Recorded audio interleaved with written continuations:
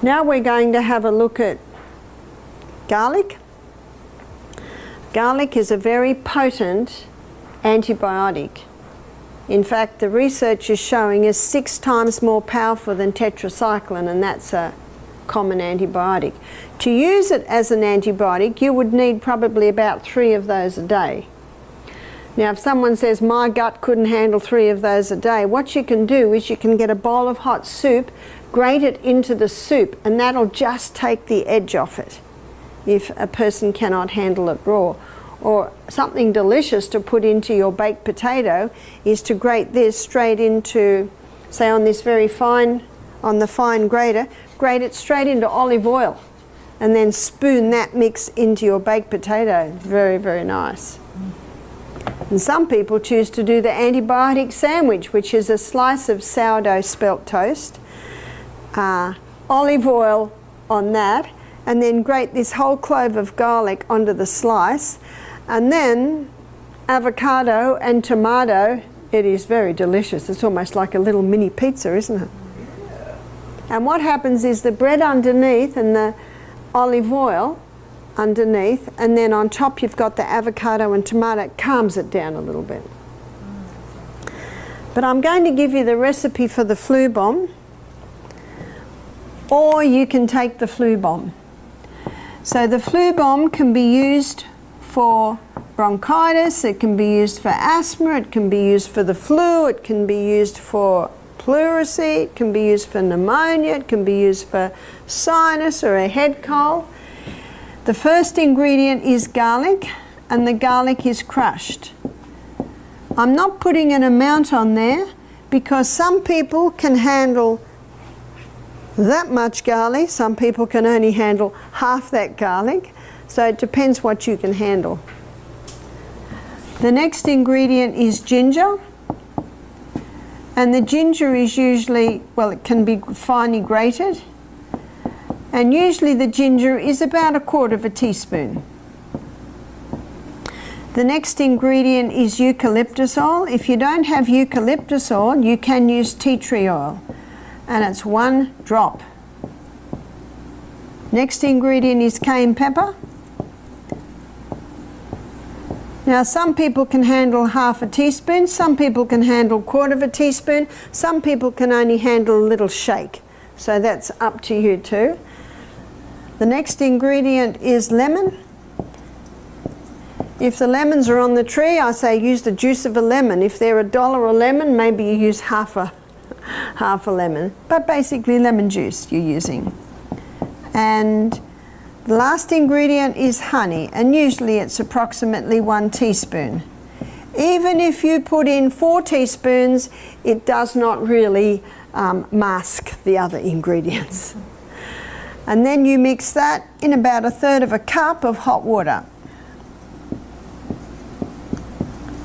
Now if someone has a flu or a cold or a sinus, it's usually taking one of those 3 times a day. So that's the flu bomb. Usually by the 3rd day, you don't need it anymore. That's quick, isn't it? It's quite potent, but it works. What about a baby? You can't give that to a baby. And as you saw in my lecture last night, you also can't give a baby food. So what can you do? You can finely slice garlic and you can wrap it on the bottom of the baby's foot. Now this is a very large piece of garlic. So maybe with a piece of garlic that big, you only need 1. And what I would do to my babies, I'd get a little piece of cloth like this, and I would put the garlic on the cloth and then wrap the cloth over it and then bind that to the bottom of their feet and then put their little sock or little shoe or bootie on that. If you put a layer of cloth between the baby's skin and the garlic, it will not blister. But if you don't, you will form a big blister on the bottom of the baby's foot, and the problem then is you can't put any more garlic on till the blister heals. One lady heard about garlic on the bottom of the foot and she grated it up, Put on the baby's foot. Oh, she said, yes, I have a great big blister on the baby's foot now. But if you slice it like that, little by little, the garlic eases in through the pores on the bottom of the feet. And the garlic knows where to go. It'll go to the chest, or it'll go to the sinus areas, and it can bring relief. It can even help to break up congestion in the chest. So my son James, when he was a little boy, he used to get a lot of chest colds, and I would put this on the bottom of his feet.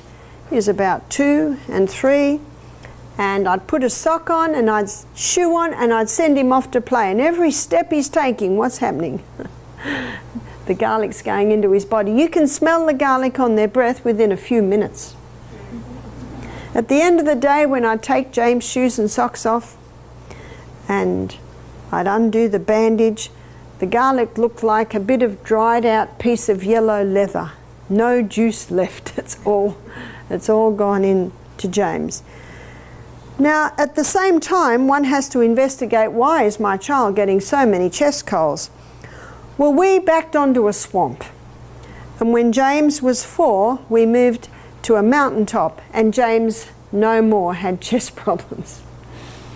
So if a child's getting recurrent chest problems, you have to look and make sure there's no mold in the house. You have to make sure that you're in a clean, dry area, but also check that often children get chest colds and sinus and